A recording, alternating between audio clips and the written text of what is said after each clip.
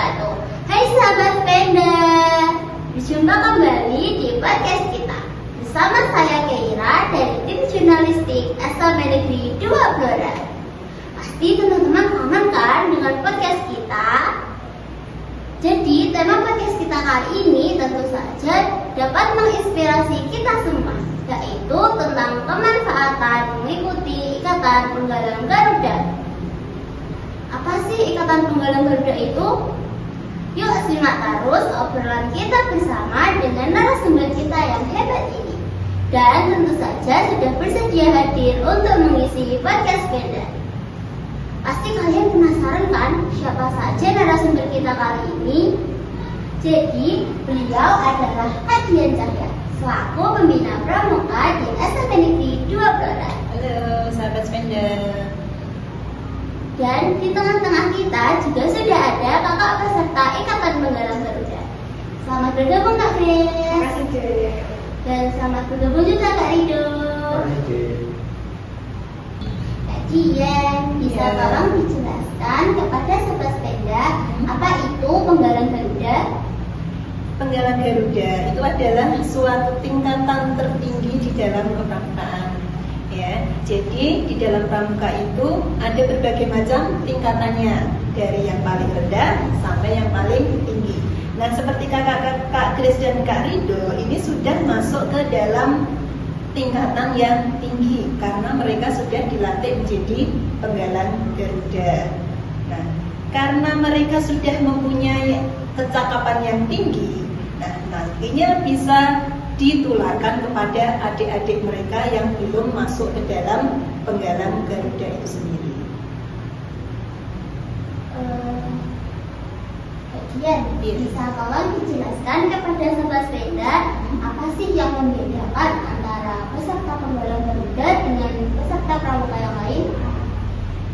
Untuk perbedaannya, karena mereka mempunyai ilmu dan kecakapan yang tinggi, mereka bisa menularkan ilmunya kepada adik-adiknya ya Kak ya. Seperti misalkan kalau pembinanya sedang tidak ada di tempat atau berhalangan hadir, mereka yang bisa mengajar adik-adiknya. Karena apa? Karena mereka sudah mempunyai ilmu. Bagaimana cara kita melihat kalau mereka punya ilmu? Ada berbagai macam simbol yang ada di baju mereka ya, seperti dilihat di sini, ada di lengan, ada di bagian dada, dan ada di lengan bagian kiri, dan nanti juga ada selendang yang mereka pakai untuk kegiatan khusus juga. Berarti jadi Penggalang Garuda itu juga bertugas untuk menggantikan membantu pembina untuk memberikan materi yang sudah mereka dapatkan di Penggalang Garuda itu sendiri, yang adik-adiknya belum paham. Nah, mereka yang menjelaskan. Nah, jadi itu tadi yang menjadi pembeda antara peserta Penggalang Garuda dengan peserta pramuka yang lain. Kita beralih ke narasumber selanjutnya ya. Kak Grace. Halo Dek. Kak, apa sih motivasi kakak yang menjadi motivasi kakak untuk mengikuti Penggalang Garuda? Bagi diri saya sendiri, motivasi saya tidak ada paksaan. Nah, motivasi diri saya sendiri itu, saya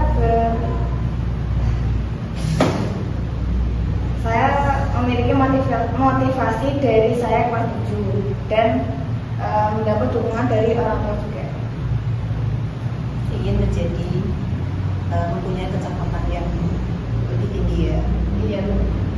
Untuk saya sendiri yaitu dukungan dari orang tua yang mendukung saya dengan menjadi anggota Penggalang Garuda serta melatih diri saya untuk bersikap mandiri, berkarakter dan berguna bagi masyarakat, lingkungan masyarakat. Baik. Di pertanyaan selanjutnya, apa saja yang harus ditempuh untuk bisa lolos menjadi peserta Ikatan Penggalang Garuda? Untuk yang harus ditempuh agar dapat menjadi anggota Penggalan Garuda, yaitu Ada banyak yang lain. ada banyak ya. Untuk menjadi anggota Garuda itu ada dua syarat untuk kita ditemui, yaitu SKK dan SKU. Untuk SKU dibagi menjadi tiga: Ramu, Rakit, dan Terap. Untuk Ramu kita tempuh pada kelas 7, untuk Rakit kita tempuh pada kelas 8. Untuk Terapnya yaitu yang menempuh hanya yang mengikuti anggota Igada atau anggota Penggalan Garuda. Untuk SKK yaitu syarat kecakapan khusus, yaitu dibagi menjadi tiga: Purwa, Utama, dan Madya. Nah, di dalam SKK tersebut kita menempuh Purwa, Madya, dan Utama itu secara bertahap dan berkelanjutan. Beberapa dari SKK tersebut kita tempuh di dinas-dinas seperti PMI, Dinas Peternakan, dan lain sebagainya. Selama kakak menjadi Ikatan Penggalan Garuda, adakah kesulitan yang pernah kakak rasakan sehingga kakak berniat untuk tidak melanjutkan menjadi peserta Ikatan Penggalan Garuda? Kesulitan yang saya hadapi yaitu saat saya merasa susah dalam melanjutkan hal karena saya dibentak-bentak oleh kakak-kakaknya. Tapi bentangan tersebut membuat tekad saya, membuat semangat saya, dan saya termotivasi dari bentangan tersebut agar saya dapat menjadi anggota Penggalan Garuda. Nah, kesulitan saya merupakan restu dari orang tua. Nah, ada di mana satu titik saya itu dimarahin karena pulang sore atau setiap hari kok ada kegiatan terus, padahal kegiatan tersebut sangat menarik bagi saya dan tidak ada hal-hal yang membuat saya merasa takut. Dan Berarti kesulitan yang kakak-kakak rasakan ini berada pada orang tuanya ya Pak? iya, Kadang ada orang tua yang mendukung untuk anaknya ikut, kadang ada juga yang tidak mengizinkan. Karena memang alasan mereka juga berbeda-beda. Jadi dukungan itu juga kita perlukan di sini. kadang ada orang tua juga yang berpikir anaknya mungkin saking sibuknya di pramuka sampai lupa sama belajar. Ya. Kalau Kak Grace sempat belajar nggak? Enggak, tenang aja, aman. Nah, hal-hal apa saja yang paling menarik dan menantang ketika kakak menempuh perjalanan untuk lolos menjadi Ikatan Penggalan Garuda? Hal yang paling menantang menurut saya sendiri yaitu saat ada perkemahan yang menguji mental saya, yang membuat saya dibentak-bentak oleh kakak-kakaknya, dan juga membuat saya dari bentakan tersebut saya termotivasi agar saya bertekad keras agar menjadi anggota Penggalan Garuda. Nah, bagi diri saya sendiri, untuk hal yang menantang bagi diri saya, ketika ada penampilan bersepeda. Nah, di penampilan bersepeda ini saya tidak menduga kalau medan yang kami lalui itu becek, basah, dan bertikuk tajam. Nah, untuk hal yang menarik, saya mendapatkan pengalaman baru seperti belajar ikatan dan simpul untuk mendirikan tenda, dan sedikit belajar tentang sejarah kepramukaan dan menjadikan saya menjadi lebih berkarakter.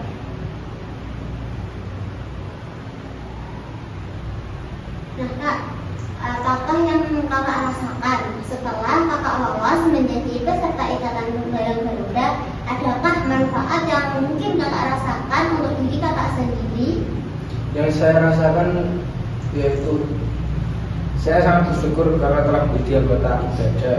Nah, sebelum itu saya merasa lebih disiplin, berkarakter, dan mandiri, dan juga saya merasa lebih tegas dalam mengambil sesuatu hal, dan saya merasa lebih bermanfaat bagi lingkungan masyarakat. Untuk diri saya, hal yang saya rasakan ketika saya sudah berhasil lolos dalam seleksi Penggalan Garuda, saya merasa bersyukur dan merasa puas dengan hasil diri saya. Dan untuk manfaat, saya mendapatkan relasi pertemanan yang meningkat dan kemampuan-kemampuan yang jarang didapat oleh anak-anak lain. Yang pasti bermanfaat sekali ya Kak ya. Iya. Banyak sekali yang kita dapatkan dari Pramuka Garuda itu sendiri. Nah, sekarang kita beralih ke Kak Dian lagi ya. Kak Dian, Iya. bagaimana sih Kak cara-cara atau syarat-syarat yang harus ditempuh untuk bisa menjadi peserta Ikatan Penggalang Garuda? Syarat-syaratnya yang pertama adalah kita harus punya kecakapan ya Kak ya. Iya. Kecakapan entah itu SKU atau SKK. Nah, bagaimana kita bisa meraih itu? Kita harus menggali ilmu dari kakak-kakak ini. Dan kita harus memiliki tekad dan semangat yang besar agar kita dapat menjadi anggota IKJ. Ya, karena tekad itu penting. Ya, kalau tekadnya tidak kuat, karena dari Penggalang Garuda ini kita mulai dari bibitnya dari kelas 7. Kelas 7 perjalanan kelas 7, 8, 9. Nah, kalau tidak ada tekad di sini, lama-lama hukum alam itu akan berjalan.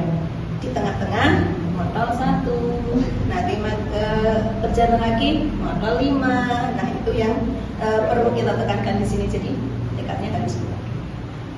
Jadi mental yang harus dipunyai itu harus cukup besar. Iya, jadi mereka harus punya jiwa pramuka di dada mereka. Apalagi kalau kita sudah di tengah-tengah, tinggal sedikit lagi kita merotol, itu percuma, itu rugi bagi kita sendiri. Itu merasakan nanti. Iya.